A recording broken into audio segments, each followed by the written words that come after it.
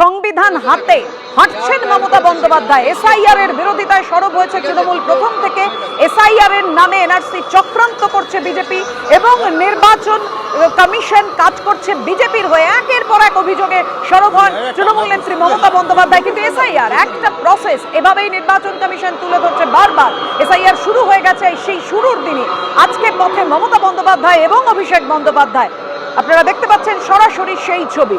আমাদের সঙ্গে রয়েছেন আমাদের প্রতিনিধি আশাফুল হোসেন। দেখো আশাফুল, অত্যন্ত তাৎপর্যপূর্ণ, সংবিধানের জনক যাকে বলা হয় সেই আম্বেদকরের মূর্তিতে শ্রদ্ধার্ঘ্য অর্পণ করে মমতা বন্দ্যোপাধ্যায় তারপর মিছিল শুরু করলেন এবং হাতে রয়েছে সংবিধান। 4 কিলোমিটার হেঁটে তিনি পৌঁছে যাবেন কোথায় না জোড়াসাঁকোতে। খুবই তাৎপর্যপূর্ণ।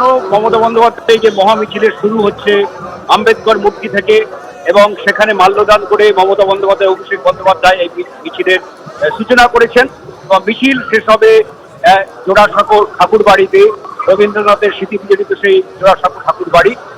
ফলে একদিকে আম্বেদকর যিনি সংবিধান প্রণেতা, তাকে স্মরণ করে সেই সংবিধানকে হাতে নিয়ে মমতা বন্দ্যোপাধ্যায় এই বার্তাটায় পৌঁছে দেওয়ার চেষ্টা করছেন যে যে কোনো মূল্যে সংবিধানকে রক্ষা করতে হবে।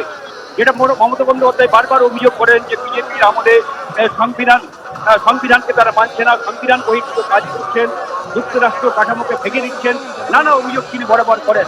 ফলে সেই সংবিধানকে হাতে নিয়ে সংবিধানের প্রণেতা তার কাছে শপথ নিয়ে তারা এই মিছিলটা শুরু করেছেন আর শেষ করছেন সেই রবীন্দ্রনাথের পরিতলে বলা যেতে পারে যে রবীন্দ্রনাথ ঠাকুর যিনি সর্বধর্ম সমন্বয়ের বার্তা দিয়েছেন, বৈচিত্র্যের মধ্যে ঐক্যের বার্তা দিয়েছেন। বা আজকের এই যে মিছিলের শুরুতে মমতা বন্দ্যোপাধ্যায় যেটা সাজিয়েছেন তার মধ্যে গুরুত্বপূর্ণ বার্তা রয়েছে।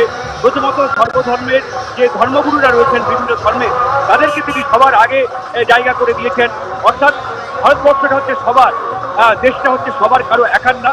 বিজেপির বিরুদ্ধে যে সাম্প্রদায়িক রাজনীতির অভিযোগ মমতা বন্দ্যোপাধ্যায় করছেন, এই সর্বধর্ম সমন্বয় এর বার্তা দেওয়ার মধ্য দিয়ে বিজেপির বিরুদ্ধেও তিনি কিন্তু বার্তা দিচ্ছেন। বা আজকের যে মিছিলে তৃণমূলের কর্মী সমর্থকরা না, এটা যে রাজনৈতিক মিছিল না, সেই বার্তা দিতে মমতা বন্দ্যোপাধ্যায় এখানে বিভিন্ন নামি দামি ফুটবলার, চলচ্চিত্র তারকা এবং সমাজের বিভিন্ন অংশের মানুষের অংশগ্রহণ তিনি নিশ্চিত করেছেন এবং তাদের সামনে রেখেই এই মিছিলটা এগিয়ে চলেছে।